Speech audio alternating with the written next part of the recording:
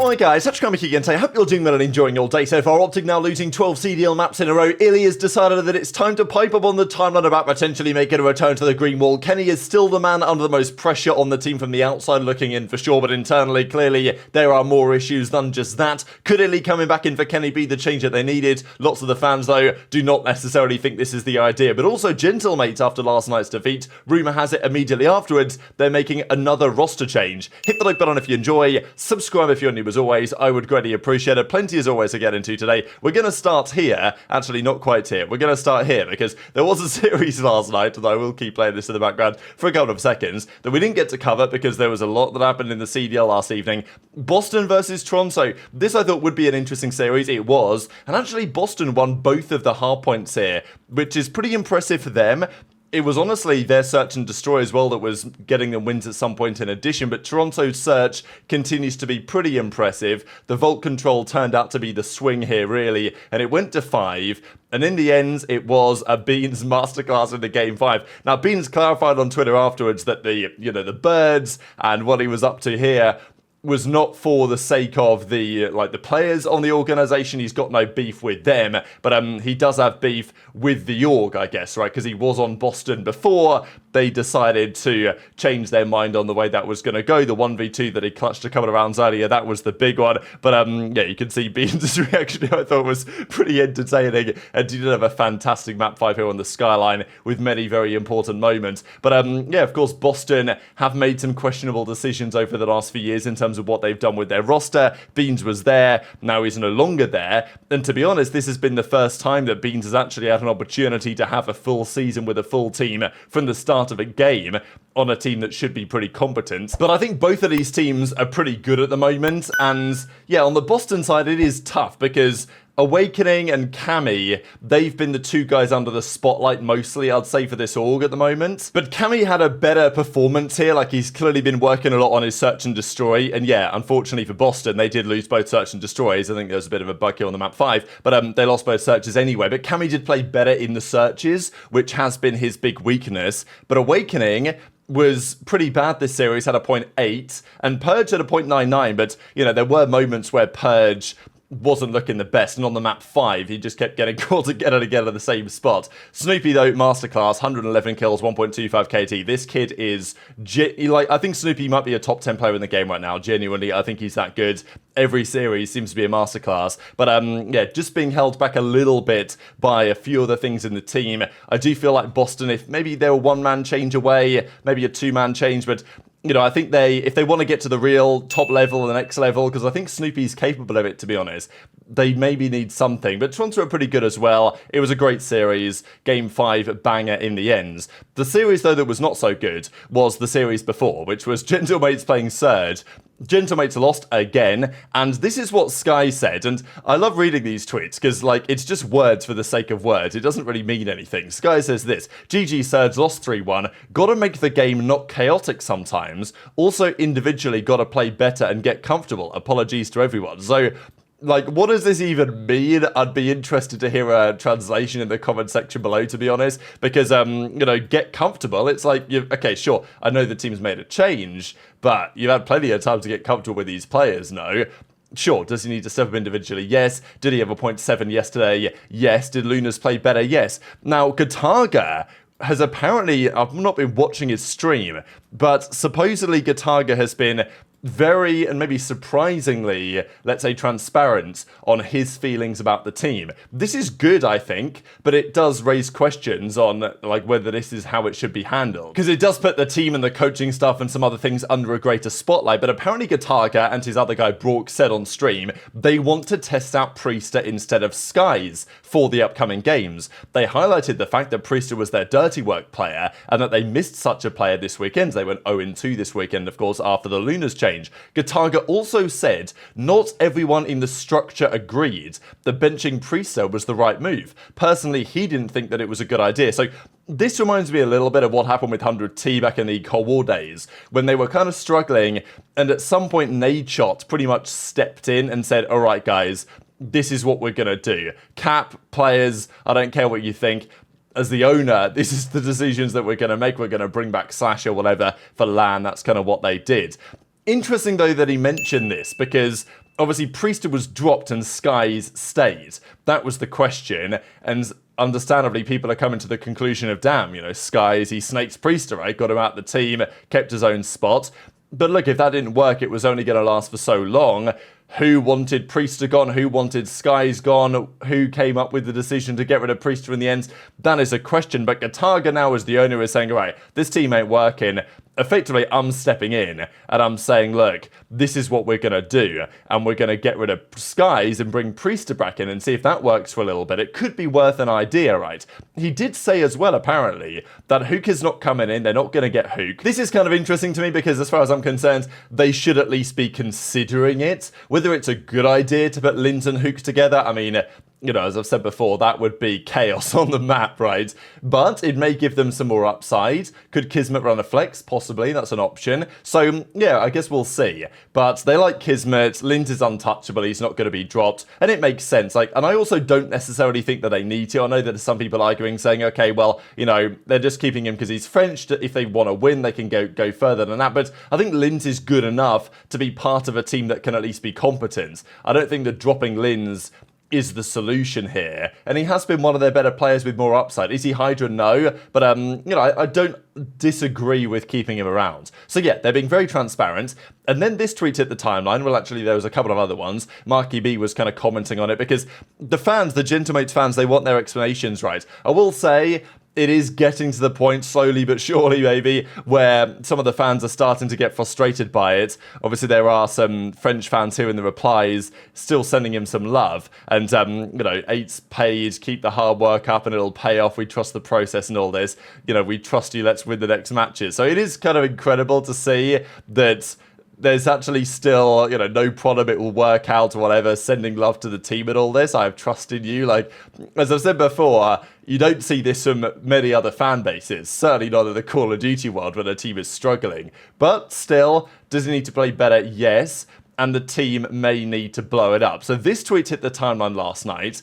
As well, Intel CDL tweeted out, Priestahh is expected to replace Skyz in the Gentlemates starting lineup. Now, notably, Ronnie hasn't tweeted this, TJHaLy hasn't tweeted this. I don't really know if there's any info behind this, apart from this Reddit thread, and I guess the clips of Gataga suggesting that this is what they might do. So, just something to keep in mind. But Skyz was actually on stream last night, he was talking about it, and saying that we've got a game plan, but as individuals, you just forget the game plan sometimes.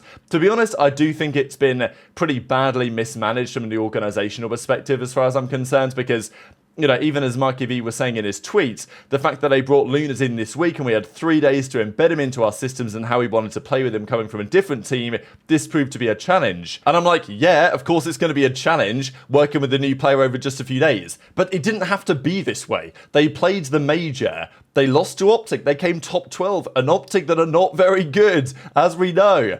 They lost to OpTic at the major, they came top 12, they decided to stick the team together, they played one game the next weekend of qualifiers, 2 weekends after, and then they blew it up and dropped Priestahh. So it's like, look, if you were going to do this, you should have done it after the major. Bring Lunas in then, have 2 whole weeks of solid practice with him as a player, get him into the system, maybe even learn over that 2 weeks of practice that Lunas Priestahh looks like a better AR combo with Lunas as the main than Lunas Skyz. Maybe they've realised that now, but now they've lost another couple of games. Now they're even further behind in their practice, right? It just feels like this whole situation has been mismanaged because they couldn't afford, really, to come into this series and lose a couple of series because they're under-prepped. They didn't have to be, right? They could have made this move earlier if they wanted to. But intrigued to your thoughts in the comments below. Falcons, they've of course been getting clowns, but notably we know their next series is against OpTic Texas. Now, I'm not really going to try and talk too much more about that series because, you know, let's be real, OpTic should be taking the victory. But of all the times, right, people are definitely talking about it in correlation with what we saw back at Major 4 2024 in the qualifiers. You guys probably remember when Boston were on the worst loss streak basically of all time. And then they come in and beat OpTic in 5, right? And that's also the thing, that OpTic right now are on a 12-map losing spree. The record is, you know, 14 or whatever by Boston. And OpTic, if they get 3-0'd by Falcons, which, I mean, okay, let's be real, that's an impossibility. an implausibility, but, then obviously it would be that situation, right?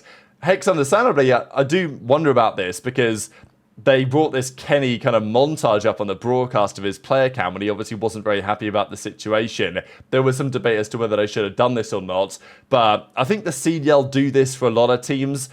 Maybe OpTic get more spotlight around it. But sometimes when they have the graphics come up on the broadcast saying FlopTic and stuff, I do wonder whether, whether a proper super professional sports league would approach it in this way. But at the end of the day, the league needs some things to keep the storylines alive, and OpTic are the thing at the moment that is doing exactly that. What do they need to do? We discussed it last night. They've got to change something. Not necessarily that means a player.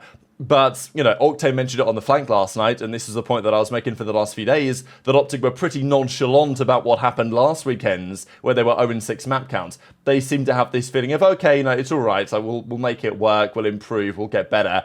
Then they get 3-0 by Ravens yesterday, and it really couldn't have gone much worse than that, even to such an extent that the other teams, for example, Scrap on Thieves, were watching this unfold, and he was like, best control map of the year, because it was an absolute shambles on that Hacienda control. Not a good, not good play from Ravens or OpTic for sure, but every team's watching OpTic right now thinking, what are these cats doing on the map? And this is when iLLeY jumps into the discussion. So we've seen the trio in the past. Hook, who's no longer with OpTic, iLLeY, who's no longer with OpTic, Shotzzy, who still is. Now, there were issues when iLLeY was on OpTic, a number of issues. Wasn't just the thumb thing, there were other things apparently happening outside of the server. And maybe we saw some of that manifest on Seattle Surge at the start of last season. But still, iLLeY has had some success with OpTic. He's won with OpTic and Shotzzy multiple times. Well, won with Shotzzy at least, and OpTic as well, but Shotzzy mostly, multiple times in the past. Is he an AR in consideration? He would bring, no doubt, some improvements, I would say, to their search and destroy. That is probably very likely if they were to bring iLLeY in. But even in challenges, his respawn has not been good. And I think that many OpTic fans are seeing iLLeY say, yo, and they're just saying, no, you ain't coming back in at this point. I don't think iLLeY's been impressive enough in challenges to justify the change. But as I say, I think OpTic have to change something about their approach. That doesn't necessarily have to be a player swap, but if the team chemistry is suffering, which it will be with their recent results, then you've obviously got to consider all the potential possibilities. It's just if you do drop Kenny, who is still the most likely to go, Dashy's been playing horribly as well, no doubt, as, let's be real, has Shotzzy and Pred in the grand scheme of things, but Kenny's still the player that on average over the last several series hasn't really been performing, and if Shotzzy was to do something, assuming Shotzzy is the warlord and he makes the calls, which isn't fully true, but let's say you are Shotzzy and you need to make a decision right here, right now, who you're going to drop. You're not going to get rid of Pred, you've just brought him back, that's your boy. As we know, they go and do a lot of things together as a duo. Is it Dashy? Is it Kenny? I mean, it's a question for you guys to answer. You'd think it'd probably be Kenny, and in that case, maybe iLLeY. I mean, what other options are there out there? This is the thing. If you're going to get rid of Kenny, what other options are there? You're going to bring Hook back and put Pred to the flex? I mean, yeah, I just think it's a real recipe for disaster right now, even to such an extent that Falcons are clowning them. I mean, when you're getting clowned by Falcons, it ain't looking good. And as Falcons say, what happened, chat? And obviously the picture from Hook from a couple of years ago. So what do you guys think they should do in the comments below? iLLeY is obviously looking to come back. He's making that pretty clear. Whether OpTic would do it, I don't think that they would. I don't frankly think that they should. But they play Falcons next, and Falcons are getting ready to, monumentally clown them on the timeline if that series doesn't go in OpTic's favour. That's next weekend's. Today, we have a couple more games just to run through some predictions for briefly. Rocker play Vegas. We'll see. Toronto Thieves is... Probably both of these last two series are pretty interesting. It's not like a blockbuster game, but Toronto have looked a bit shaky. They've bounced back in the recent couple of matches they've played, but against Thieves, I would expect Thieves to take the victory. I think Toronto in 5 is a possibility. I think they could Neslo them, as they did to the Boston guys. But I think Thieves should be a bit too strong. And Toronto, I expected them to look a little bit better at this stage than they have done so far, so I think I'll lean for Thieves. Boston, New York is interesting, because Cloud9 could win this. and they've looked pretty good lately, C9. But do I think Boston are the better team? Right now, I think maybe I do, but Sib's playing significantly better. I actually think these two teams on paper should be very closely matched right now because, you know, I'm a little bit concerned about Attach and not exactly concerned about Mack. I think he's good, but I wonder whether Mack... He does have the occasional stinker in him, as does Kremp on the SMG side. So you look at Boston, so does Purge, and then so do like Wake and Cam. And in Search and Destroy, who's better? Tough to say. So I think this could absolutely be a game 5. Really difficult to call who's going to win this one. If I had to pick, I'm probably taking Boston, but very much interested in your thoughts in the comments. Hit the like button if you enjoyed. Subscribe if you're new. Take care, and I'll see you next time.